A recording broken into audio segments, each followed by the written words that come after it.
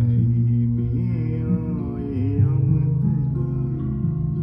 දෙන්නේ හේතු කාරණා